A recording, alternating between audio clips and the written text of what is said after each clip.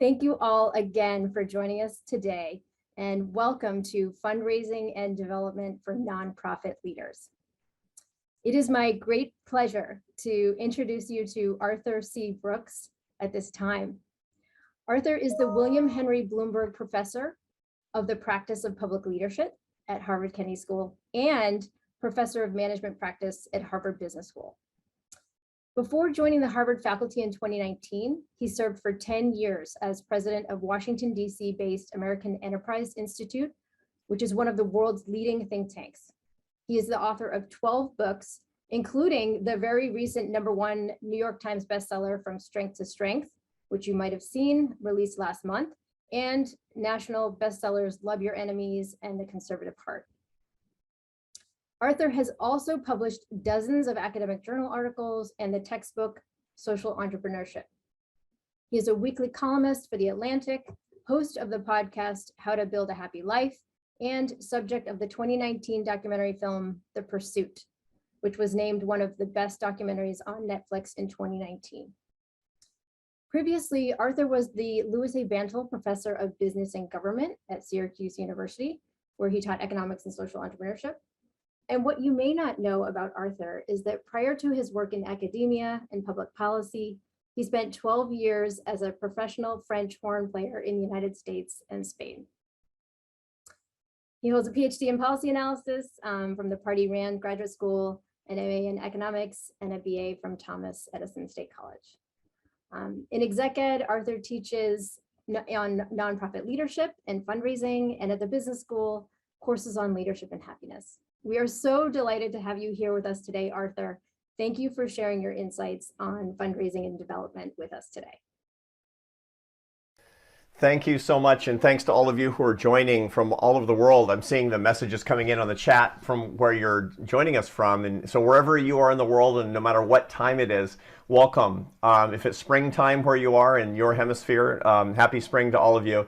And I'm looking forward to getting to know many of you better, because we have this wonderful opportunity to be talking about my favorite subject, which is nonprofit fundraising. I know it sounds crazy, but look, you're with me here. A lot of you, it's your favorite subject as well. And one of the things that we all know in the community of nonprofit managers and leaders is that fundraising is truly a blessed profession. It's one of the ways that we can share. And that's one of the things that I want to talk with you about today. As you just heard, I teach at both the Harvard Kennedy School and the Harvard Business School. On the Kennedy School side, I specialize in nonprofit management and leadership. I'll tell you a little bit more about that in a second. On the business school side, I talk about leadership and happiness. The science of happiness is my area of specialization as a researcher, as a social scientist. I write about that in The Atlantic. I write books on that. And people often ask, what's the similarity between different sides of the river? So those of you who are joining us don't know that the Kennedy School and the Business School at Harvard are on different sides of the Charles River, and say, well, why do you change your topic so much when you go across the river? I say it's the same thing. Fundraising and happiness are the same subject. And that's critically what I want to talk about with you today. How can you, as fundraisers, think about your job as a happiness profession, bring more happiness to yourself, to your staff, and to other people, including the people who are supporting your nonprofit organization. I want to talk today, however, about this class, the Fundraising and Development for Nonprofit Leaders. Give me a thumbs up if you can see that slide, okay? Making sure that we've got that. All right, thank you. Now, what's my background in this? You know, I'm a Harvard professor, and there's a lot of us who teach at Harvard in senior roles in different professions. But really, I'm not an academic, I'm a pracademic. That's a made-up word, it means practitioner plus academic. And the reason actually comes down to this. I started off my career, as you heard, as a worker in the nonprofit world. I was in the labor trenches in the arts. I started off when I was 19 years old, I dropped out of college, or, dropped out, kicked out, splitting hairs. And I went on the road playing classical music in nonprofit organizations all over the United States. And then I wound up in the Barcelona Symphony in Spain. I loved it, but I didn't even ever think very much about the administration. All I knew was that, I hoped I got paid. I didn't think very much about nonprofit management. I didn't think where the money was coming from. And in the arts, especially in the States, wow, I mean, pretty much the music, the money's coming from philanthropy. There's fundraisers that are doing a really, really hard job. later I left, I went into academia. And when I got to the time where I had to write my doctoral dissertation to get my PhD, I said, well, I should write it about what I understand. And I wrote it about fundraising for classical music. And boy, did I ever learn a lot. I looked back at my own experiences. I looked at the academic literature, which is vast on this particular topic. And by the time I came out of my PhD, I was on the market to teach nonprofit management, not just as a scholar, but as a practitioner. And I did so largely at Syracuse University for a long time. I ran these big these seminars of nonprofit leaders. I set up a nonprofit studies program. I taught fundraising. But the whole time something was bugging me. I'd never really raised a dollar. I'd actually never gone out and asked anybody for money. I'd been on the labor side of just performing, and then later I had taught it, but I thought, I wonder if I can actually do this. So finally, I decided I was going to give it a try, and I quit as an academic, and for 10 and a half years, I was the president of the American Enterprise Institute, which is a big think tank in Washington, D.C., and I had to raise $50 million a year. Now, a lot went into that, and if you take the class, we're going to talk about what went into that, what goes into raising $50 million a year, or if you're the president of Harvard University, hundreds of millions of dollars a year, or just a little bit, just a few thousand if it's a small nonprofit. But when it comes to fundraising, it's like an airplane. Every airplane needs a pilot, and whether it's a big plane or a small plane, you got to have the skills, you have to have the enthusiasm, and you have to be able to find the donors. So it's really all the same no matter what the scale happens to be. When I was doing that for a living, I found that a lot of what I thought as an academic wasn't exactly right, that the practice was critically important. Now, when I've come to Harvard, I have this practical mentality as well as being able to dig into the deepest ideas. I'm interested in the neurophysiology of how people react to appeals, how people can communicate. I work with nonprofit leaders and nonprofit writers all the time, and how it relates to the academic literature. And that's what we're going to try to bring to this class. We want to make you a lot smarter and have a really good time to think about how interesting this profession really is. The big idea for you today, however, is not that you're getting philanthropy, but that you are a philanthropist. That's the point that I want to take away. Now, I'm thinking about, what can I do today? There's a bunch of things I could do. I can tell you a little about the interesting history of fundraising. I could give you a little lesson in communicating and how you put together a fundraising message, just as a sample. But I thought, you know what I'm going to do? I'm going to celebrate the fact that we're all interested in this field, because it's a beautiful thing and it's more than a job. You know in your heart, and I'm going to prove to you right now, that you are the net giver in the relationship where people are giving you money. That's if you do it right. And I'm going to do it by talking about four things. Number one, I'm going to tell you about the satisfaction principle. I'm going to tell you that you hold the keys to making people happy, beautiful, and rich. I'm going to talk about the magic box principle. Don't worry, I'm going to define these things. And I'm going to tell you how you can help people give more. And then I'll talk to you a little bit about why they don't. And that's going to give you a sample into some of the really interesting contours of the secrets that we talk about in this class. So here's the satisfaction principle. And it starts off with an experience that I had about 29 years ago. Now, to give you a little bit of insight into my life, I've been married for 30 years. We just celebrated, my wife and I, Esther, she's from Barcelona. We got married in Barcelona 30 years ago, and we just celebrated I don't know what the 30th wedding anniversary is. I don't know what, it's some material. I know it's not diamonds, I know it's not gold, but it's something good, right? And 30 years, that's a lot. And we were reflecting on the fact that our first wedding anniversary, 29 years ago, was celebrated with a huge argument.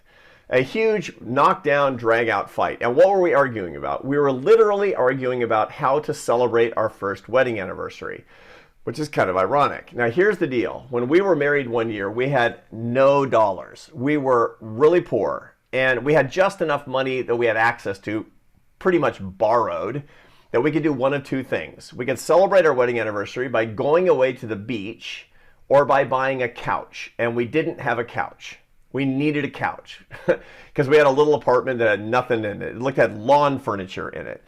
And here's the argument. My wife, who's Spanish, she's all about the beach. We should go to the beach for 3 days. And I'm of thrifty and practical American, and I said, no, no, no, no, no, we need a couch. And this is how it went. Beach, no, couch, beach, couch. And finally, I compromised, and we went to the beach. And we compromised, I should say, and we went to the beach. And here's the interesting point about this. Was we were thinking about this not long ago, we got the couch. That was 9 couches ago.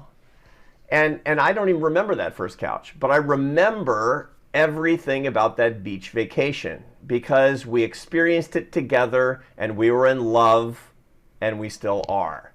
Now, why am I bringing this up? Because the whole point is that my argument for getting the couch was that it was permanent.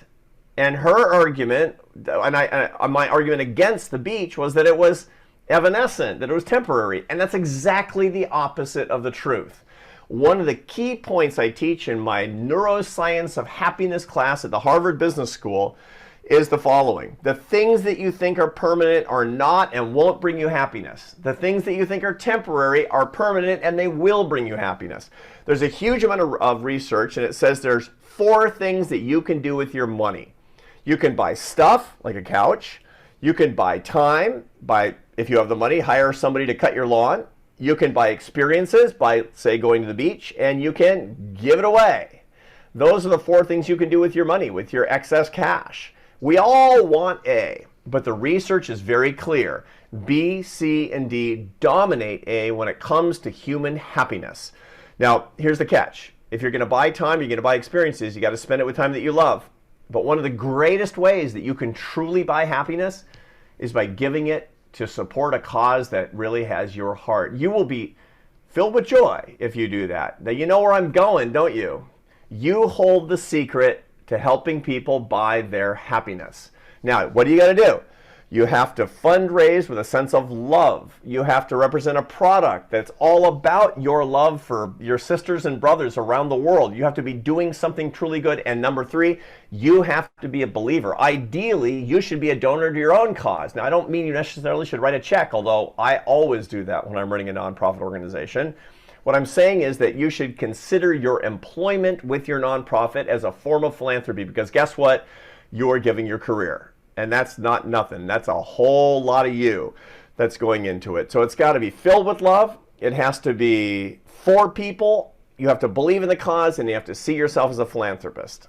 And if you do those things, then with your whole heart in it, when people give away their money to you and they share your belief in this cause, they will be better off than you will. That's the key. That's so critically important. Now, I do this a lot when I talk about this with my business school students. I bet I don't even have to convince you of this. But suffice it to say that all of the research agrees that this is a great thing to do. All right. So here's the next principle that I want to bring out, that talking about the research on charitable giving. Charitable giving has an enormous positive impact on human beings and their welfare. I have looked at this a lot. Early on, when I'm trained as an economist, and when I was teaching at Syracuse University, I kept finding this very weird thing in my data. I kept finding that the more people gave to charity, I knew they were going to get happier, but the richer they got. It was the weirdest thing. They kept getting richer until a psychologist explained. And by the way, what did it look like?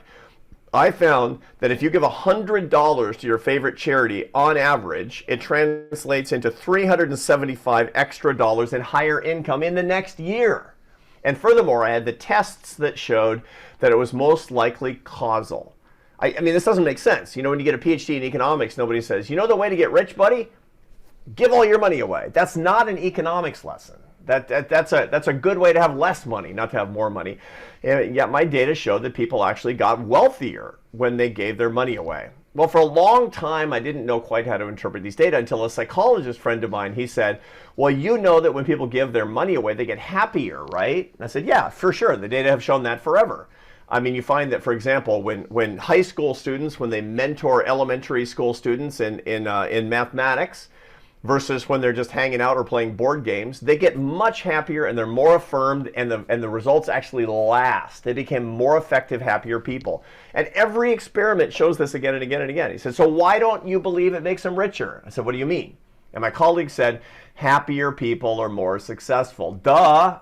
Of course, light bulb goes off over my head. It's absolutely true. When you can help people to give to their favorite cause, they work in their ordinary jobs with more joy. The data are incontrovertible. This is one of the most important ways that our society can prosper, our donors can prosper, our communities can actually prosper. If you like economic growth, you should get people to give to your charity. That's a fact. You want to see the data on this? You want to see the papers on this? Take the class. We'll talk about it even more. Now, it goes beyond happiness and wealth. There's one of my favorite studies on this, believe it or not, that shows if you give money to charity, you get more beautiful and handsome. I promise you, I'm not making this up. I know it sounds insane, but what the laboratory experiment does this. There were social psychologists at the University of Liverpool, and they brought in couples into their laboratory. And it was all different kinds of couples, married couples, cohabiting couples, couples who've been together for 6 months or 60 years, all different kinds of couples. And what they did was, there was a psychologist in the first station that said to the one of the partners, it turns out these were all men and women. They were heterosexual couples, and all the men were told that it was a very simple thing. They gave the man a pocket full of coins and said, you need to walk down this little path to another building, and then I have a colleague there who's going to interview you, and then you get to keep the money and go home. And they were with their partner. It was often their wife, sometimes their girlfriend, whoever it happened to be. Okay, easy. So they walk down this little path, and between the buildings, a homeless person comes out, and he asks the man for money. Hey, you got some change? He's got change. They gave him change. It turns out the homeless person is involved in the experiment. He's a participant in the experiment. Okay, so now the man has to decide how much to give to the homeless person, and then he continues down to the next station. There's another psychologist in the next room who says to the husband or boyfriend or partner, did you give to the homeless man? How much? And then he turns to the partner, to the wife or girlfriend, and he says, how attractive do you find him right now? What's he trying to figure out? The perception of attractiveness on the basis of how helpful the husband was to the homeless person. It turns out the more you give, the more she likes you. That's the bottom line, unambiguously. So, I don't know, guys, news you can use. The point is that charitable giving is so good for us in so many ways. People admire us. People perceive us as leaders. People perceive us as attractive. It makes us richer. It makes us happier. And here's my bottom line. Number one, you and I should be giving more. But number two, how can you facilitate these amazing benefits in people's lives? By asking them for money. So many times I talk to fundraisers who say, I hate begging. Wrong way to think about it.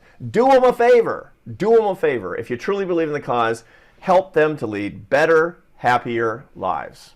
Okay, so make sure I'm on the right slide. Oops, on the right slide. Why is it that there's so much benefit of giving to givers?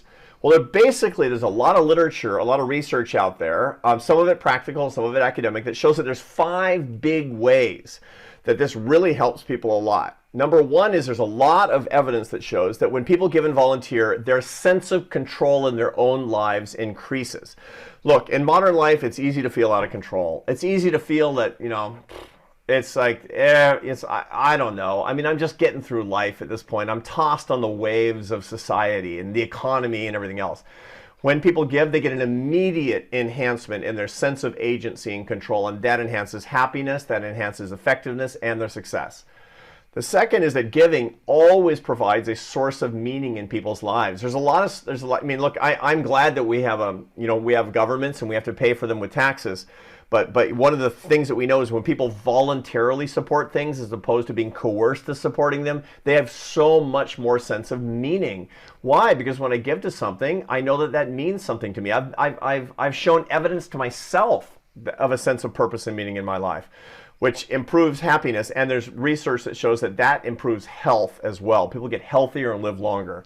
Number 3 is there's a sense of leadership. People admire those who give. Now there's a kind of a caveat to this, that people admire people who give when they come upon it accidentally or serendipitously. If you advertise your giving, people don't admire it nearly as much. So here's the key thing, fellow fundraisers.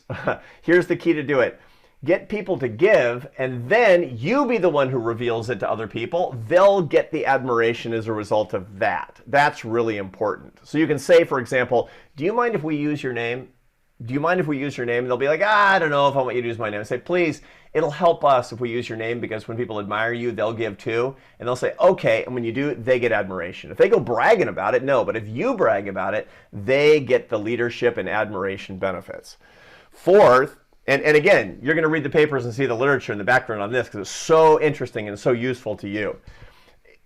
When you give to people in need, that raises the overall level of prosperity. I didn't show you data on this, but economic growth at the societal level is tremendously enhanced when you have more philanthropy in society. That's a huge benefit to everybody. And finally, when people give, when they engage in charitable acts, this knits communities together. It's so important that people know that their neighbors are supporting things that help them. And when everybody's giving voluntarily, then nobody is just kind of out for themselves. When there's an expectation that we support things together, it is hugely important for social capital, for civic cohesion, for trust in society. If you regret that there's not enough trust in your country, I regret that about the United States. One of the big solutions to that is more philanthropy. And the way to get more philanthropy is more fundraisers asking more people. Look, you have the keys. I mean, you're part of the solution to the problems in our country and around the world today. That's a fact. So, how do you think about all these things that I've been putting together? What's the overarching, philosophy of all this? The answer is what I call the magic box principle. Here's the deal. In any nonprofit organization, any non-governmental organization out there, there are a lot of people doing a lot of things to come up with a shared expression of our values. And if your nonprofit is not an expression of values, you're working for the wrong nonprofit. I mean, you got to do something that really lights you up. I mean, you deserve that, quite frankly. And so what are we all giving? Well, you as a fundraiser, you're giving, as I mentioned before, you're a philanthropist. You're giving your career. You're giving up your time. Your volunteers are giving up time that they're giving to you without compensation, perhaps. Your donors are giving you money. You're all giving something. We're all givers. But here's the thing. You love the organization you work for. You believe in it, I bet. I hope you do. But you can't achieve its output alone. You can't do it by yourself. You can only do one small part. And here's the key thing. Your donors love the organization and they want the work, but they can't do it by themselves either, which is so critically important. What does that mean? That the way to think about fundraising is as follows. We are all donors giving different currencies. I take to use the biblical language, my widow's mite. Just that little thing that I've got, and you take yours and he takes his and she takes hers, whether it's career or time or talent or treasure in the case of donors, and we all put them in the box. And then we open the box back up and there's that beautiful thing that none of us could do separately. The magic box principle is the philosophy of modern fundraising that is successful. That's the key. Okay, so what do all these ideas have in common? They're about love, they're about happiness, and they're about good old-fashioned human connection. This is not just a technocratic thing. This is a gift to you and a gift to others. Okay, so how are we going to learn about it? Because it turns out that I can't just fire you up for 5 straight mornings in June. I also have to give you the technical stuff. So let me give you a taste of some of the things that you can actually learn from this, and some things that you might learn right now, as a matter of fact. What are some modern shortcuts? Let's not say shortcuts. What are the modern, let's call them best practices. These are not shortcuts at all, because as you know, to do good work, there aren't any shortcuts. So here's some ideas that I think that you'll find interesting and useful. Let me start here. To begin with, how do we think about donors for any nonprofit organization? And it's initially it was kind of surprising to me that most nonprofit leaders don't think in this particular way. Well, it turns out that there are 5 kinds of people as regards your nonprofit organization. Now, I'm talking about for you from a fundraising perspective, not from a human resource perspective. That basically in the ecosystem of people who can support your organization, you've got, well, you think about it this way, by the way. If you're a fundraising fanatic like me, there's only 2 kinds of people in the world. There's donors and people who aren't donors yet. But let's break it up a little bit more to begin with. Number 1, you've got potential donors out there. You should think about people all over the place is potential donors. And I think about this all the time. I mean, I have all kinds of cases. One time is that when I was running my think tank, and I wasn't just desperate for money, although I did have to raise $250,000 every business day of the year. Contemplate that for a second. Imagine my pain. But all the time, I would hear people who are enthusiastic about my cause. I was sitting on an airplane next to a guy one time. He said, "What do you do for a living?" That's a mistake to ask me that question. And we talked for the next 2 hours about my organization, how enthusiastic he was. He said, "I would really love to support that, but I'm not wealthy." And I said, "Why don't you send a check to my organization to cover my airfare for this flight?" And he did. Potential donors all around us. We can do it's heads up play. Second is new donors. Now, what are new donors? People who've given this year for the first time.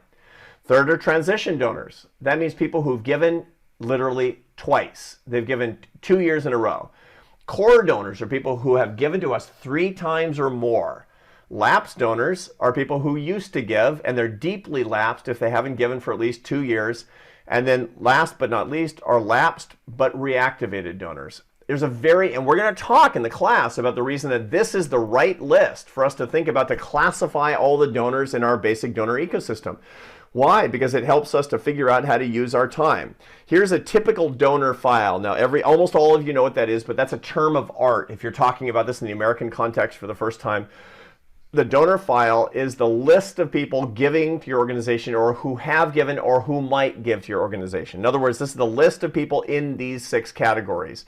And what do you find? Of the active donors, you find that about a third are in the core, about a third, which is to say they've given 3 years in a row or more, about a third have given once, and about a third are in the middle someplace or they stopped. Okay, interesting. Now, here's the news that you can use from this, just as an example of how we use this kind of data. Now let's look at the percentage of the revenues. Core donors, people who are in the core of the organization for 3 years or more, they give you 50% of your revenues. So many fundraisers spend all the time on new people, spend all the time on the lapsed donors, but who might be reactivated. I'm going to show you in a minute why you shouldn't spend very much time on your lapsed donors. The key thing is the care and feeding and the love that the core deserves. So the core is your friend. You want to be a successful fundraiser? Do the core, go to the core, maximize the core, cultivate the core. That's the bottom line from all these data and how it works. All your board members is another thing that we'll talk about should be in or be on their way to being in the core. The key to successful fundraising is core focus.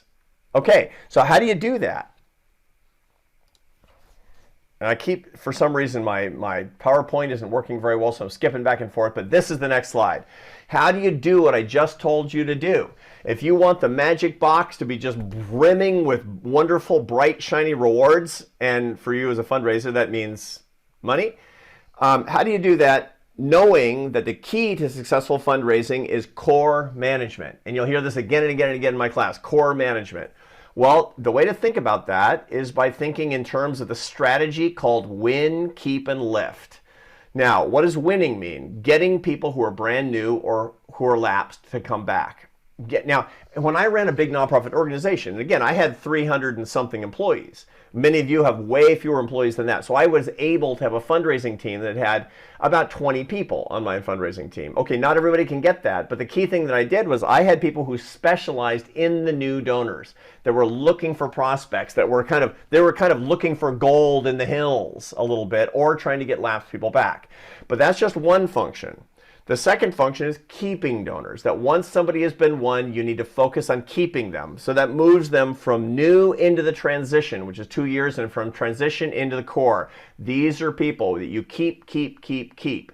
That's part of a fundraiser's core, and I'm going to show you in a minute why this is so critically important. It's going to be my next slide. And finally, there's the lift. Everybody should be lifted. Now, the donor strategy that works best for almost every nonprofit organization is year 1, you win the donor.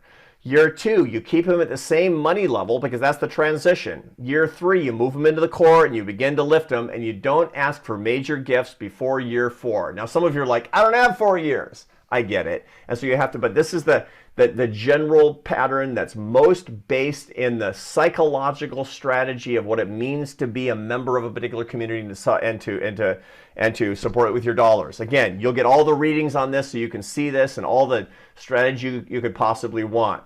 Now, what do you find from where you spend most of your time? When it comes to the likelihood of giving, this is in this graph here on the right is the likelihood of giving in any particular year. In your core, there's about a 7 in 10 chance that the people are going to keep giving. When you're in the transition, second year, there's a 38% chance. What about lapsed but reactivated givers? These people kind of go in and out. There's only an 8% chance that they're going to give again. Now, you know what I'm saying here, my friends. Spend your time on the core. Let's sing it together. Let's spend the time in the core because they give the most money. They're most likely to stay. They're the people who are most likely being lifting up. And by the way, you owe them the most because they love you the most is the bottom line. Now, the transition people can become core. Some lapsers actually do that, but let's pay attention to where we should be putting our energy the absolute most. Again, these are sample ideas that you'll actually be able to get. Now, why do lapsers walk away? So one of the key things that fundraisers always do, and I've been guilty of this myself, is saying, that guy who gave 3 years ago, I know I can get him back. I know I can get him back. Well, generally speaking, what you find is that lapsers coming back have the same likelihood of giving as people who never gave at all, who are new donors. This is good to win, but it's not good to spend all your time on this. And most importantly, you got to ask, why do lapsers lapse? And so we have really interesting data. I wrote a textbook on social entrepreneurship, and these are data from my textbook on this. So going out into the field, I found that, asking people, why, people who used to give to a nonprofit. So they say, what did you used to give to, but you stopped? And they'll tell me, and I'll say, why did you stop? The number one reason people stop giving is that somebody else deserves the money more, quite frankly. They just deserve the money more. Okay, fine. I don't believe it necessarily, but it is what it is. Number two, that's 27% of the people stop giving. 22% is that I can't afford to give anymore. I gave and I gave, but I can't afford to give. Maybe true, maybe not, but whatever, you got to respect people when they give this answer. Number three, and this is where we get into all the rest of the reasons people lapse are our fault as fundraisers, okay? So 1 and 2 can be legitimate. All the rest, not legitimate. Number three is I don't remember supporting. Don't let your donors say this. No fundraiser should ever let their donors say, did I give to you? Really? Did I give to Harvard? I thought it was to Yale. No. Branding, awareness, relationships, touch on your donors. Second, I didn't like your fundraising. Don't let that be you. Your fundraising should be beautiful. It should be fun. It should be friendly. Here's my least favorite of all. Nobody ever re-asked me to give. That's terrible. That won't happen to you. How do I know that won't happen to you? Because you're here today. You care enough about fundraising to be spending an hour with me, which means you would never make this kind of mistake. Bad service, no good. Not enough information. Didn't receive an acknowledgement. I didn't feel needed. These are unforced errors, fundraising errors. Now, why do I tell you this? Because my guess is some of you have walked into fundraising jobs and you found this all around you. You found a donor file that was in shambles, tons of lapsing, a file that was full of donors that don't actually give, messy. You got to keep good records, but more importantly, you got to figure out what was going wrong. This is your oracle on what was going wrong. This is diagnostic. This, my friends, is news that you can use. And if you want to just use this, you're going to have access to these slides. So our friends at ExecEd are going to provide a PDF of these slides so you can use them. And I'm hoping that maybe even this afternoon back in your job, you'll be able to use these. You'll be able to use these data. Okay. So what do I want you to remember? And we're going to have plenty of time here because what I want to take time to, oops, here we go, keeps moving around on me. What I want to do is I want you to remember key things, and then I want to turn it over to you for your, for your thoughts and any questions that you've got. Remember these 4 things. You are not a supplicant. You are not a beggar. You are doing people a huge favor. You're a collaborator. You're doing what friends actually do. Let me tell you, since I've been in this business, when I have a friend who comes to me and says, I have this great cause that I really, really believe in it. Can you give them $500? That's not nothing, right? I say, thank you. I feel like that's a hot stock tip for me. If I give to that and it's such a good cause, I'm going to get happier. I'm grateful. Second, you have unique means to give people the satisfaction they seek, the success and happiness they crave, and the connection to others that they need. The fundraiser has this power. We are all part of an effort. This is number 3. We are all part of an effort to build a better world, but we need you as the glue to make that happen. So number 4, go save your donors and go help us all. We're going to go back to the main community, and I get to hear what's on your mind. So James is at the, I think he's at the dashboard for our conversation now, right? That's right, Arthur. Thank you so much. We had quite a few questions. One was about the about the data that you were talking about with happier people being more successful. Yeah. I think you answered the question by sign up for the course, but I don't know if you wanted to elaborate a little more on that. Yeah, sure. This is a pretty interesting body of work, largely by social psychologists, that found that when people are happier, I mean, there was for the longest time, there was this, people thought, if I'm successful, then I'll be happy, right? If I just get my goal, I'll meet my goals, I'll be happy. But there's a psychologist at the University of California, Riverside, named Sonia Lyubomirsky.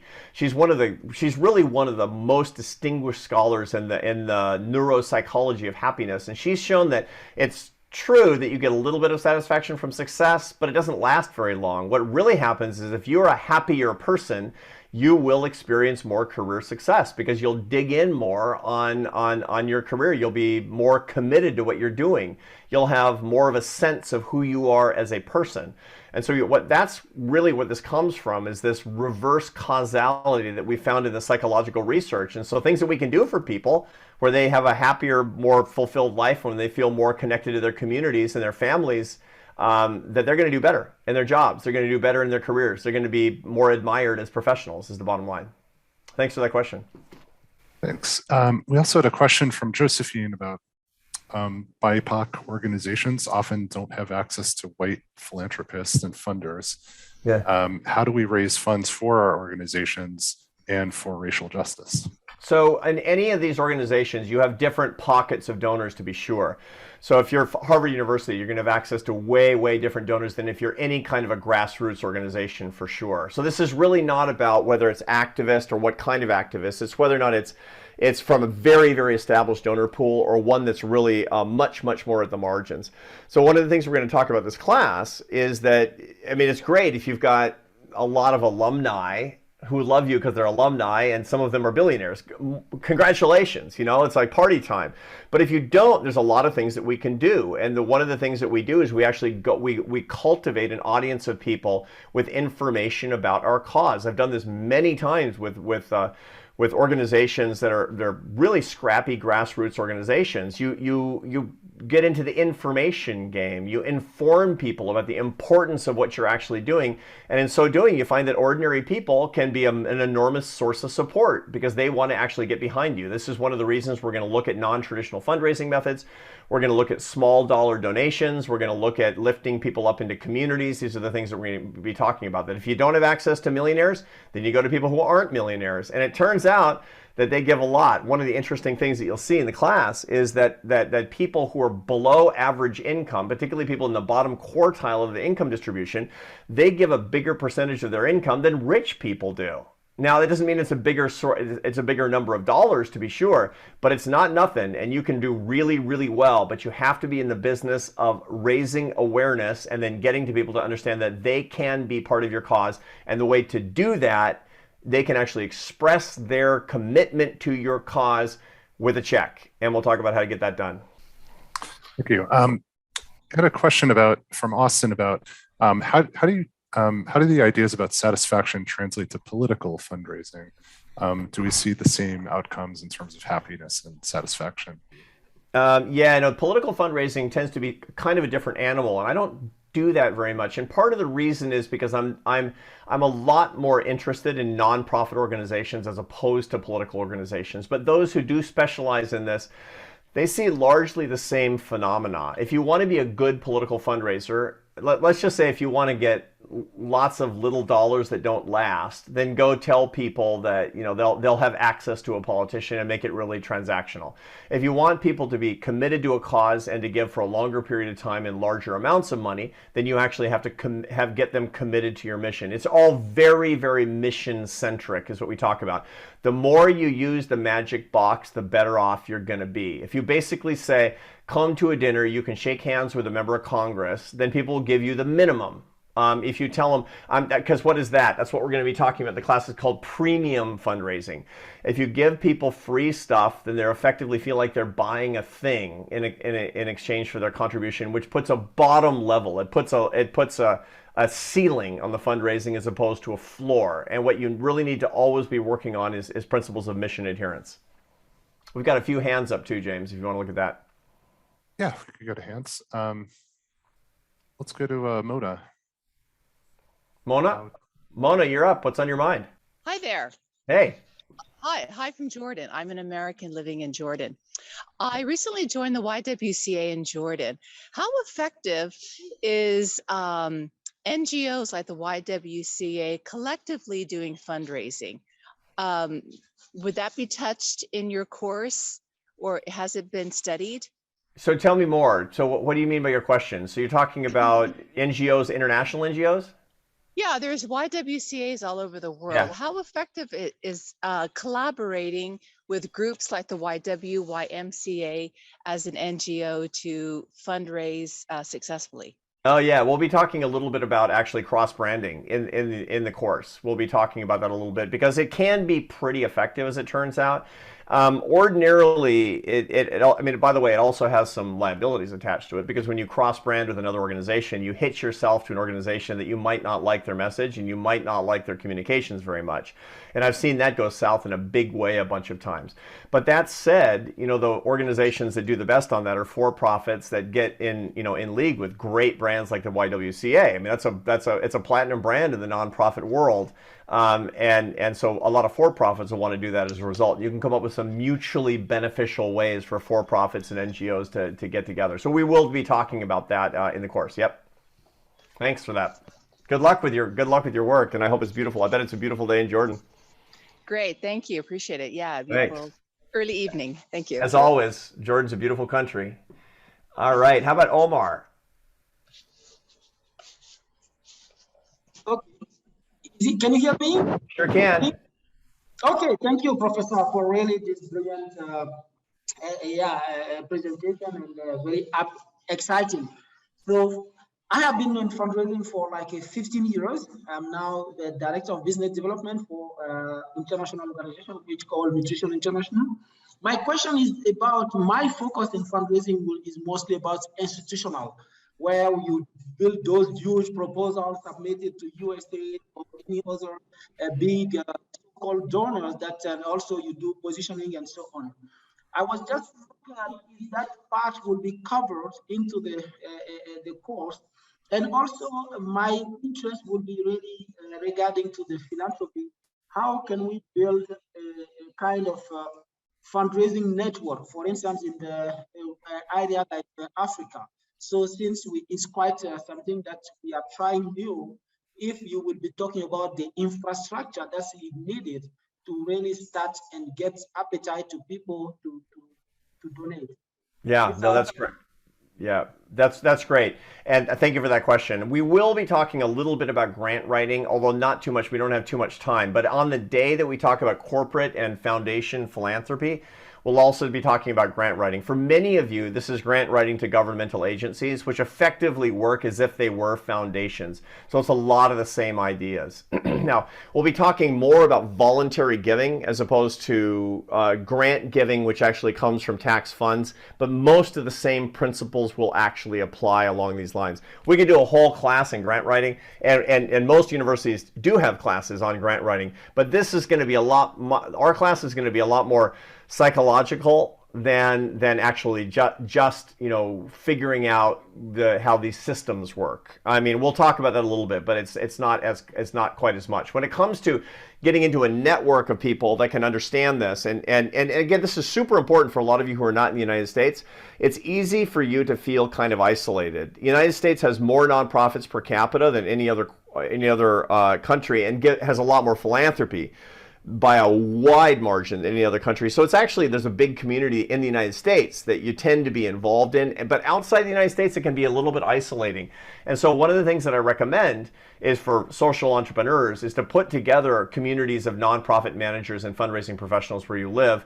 And the Association of Fundraising Professionals in the United States, I mean, a lot of people outside the United States are part of this. And so getting involved in the trade and professional organizations that already exist can be hugely helpful to be sharing best practices and really feel part of a community where it's kind of an unusual profession where you live. Thank you for that. James, you want to go back to the chat, or you want to go to another hand? Sure, I'll take one from the chat. There are quite a few questions. I'll just try to lump them together, but about people who are starting new nonprofits and their core isn't that big yet. Right. And so, there was a number of questions about like, where would you recommend starting first? Yeah. So basically, if you're a social entrepreneur, and I've worked with social entrepreneurs and for many years, and the donor file doesn't actually go into the core, of course. And this is one of the things we'll talk about. Or you're really small for that. Then you have to be really swarming on the wins, but then making sure you don't make the first big error, which is not focusing enough on keep and lift. So in other words, the most important thing you can do when you win a donor is keeping that donor. That's the key thing, is saying, you go back and you say, thank you. It's so important to me that you're here. It's even more important to me that you stay. That's a really critically important part of the message. And so you basically, you work with the donor file that you've got. I mean, it's like they say, you go with the army you've got into it, and so if you've got this particular group of donors that have never given the organization before, then it's all win. And then you go into keep. And then later on, only then can you actually develop a core strategy. But it really starts with a donor profile that you've got at the very beginning.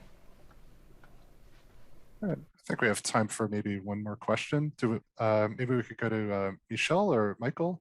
Hey. I'm calling from Nigeria. Great. Yes, I have a foundation, Climate Change Resilience Foundation. Bringing bringing capacity building for local populations who have been affected by the climate change. Right. And sometimes we need to go into big projects like roads, building roads, linking communities together, and helping them transport their farm products to markets and all this. Now, my question is there any ceiling for any amount, like the ceiling, the maximum we should approach a donor with? Like asking $1 million to from a donor, is it advisable? Because it's a huge amount of money. It can scare donors away. I don't know if it's advisable. Asking a donor to give us money to build road, up to $1 million, $2 million. Is it advisable? Yeah, I mean, the answer is in general, yes. And I've asked many people for $1 million, and if you went to the president of my university, he'd say, just $1 million? So it's really quite context specific. And the key thing is to remember this. The point of asking for money is only because your organization needs the support. So it's not a question of getting as much money as possible, but trying to find the money that you actually need. Donors are going to know this because they're smart. I mean, they know that when you're asking for more money because you want more money, they'll say, wait a second, it seems like the purpose here is getting as much money as possible, which nobody wants to support an organization that just gets as much money as possible, but rather to use it for good purposes. Now, that said, every donor needs a trajectory. You don't come into somebody that could give $1 million and doesn't know you with the maximum possible ask, because you'll almost always get a no. And once you get a no once, you pretty much get a no forever. You don't get a second chance on that. And so what you need to do is to actually figure out where you can meet the donor, and the donor can actually experiment with a contribution to learn more about you. That's the key thing. And so that what you're doing is this is an invitation into your community to say, somebody can give you $1 million. You're going to say, I'm going to ask you for $25,000, for example. And this is an invitation to the community. And you're so sure that they're going to love you. They're going to love your work and be completely enthusiastic about the work that they're going to say, give me an opportunity to give more. I mean, it's the most amazing thing. I had people who were very skeptical at the very beginning. I would not start at the highest possible level, bring them in, and they would thank me for that later on. That's the key thing. thing. Treat people like people. Treat donors like your friends, the same way that you would actually want to be treated. The best fundraising maxim is the golden rule, is what it comes down to.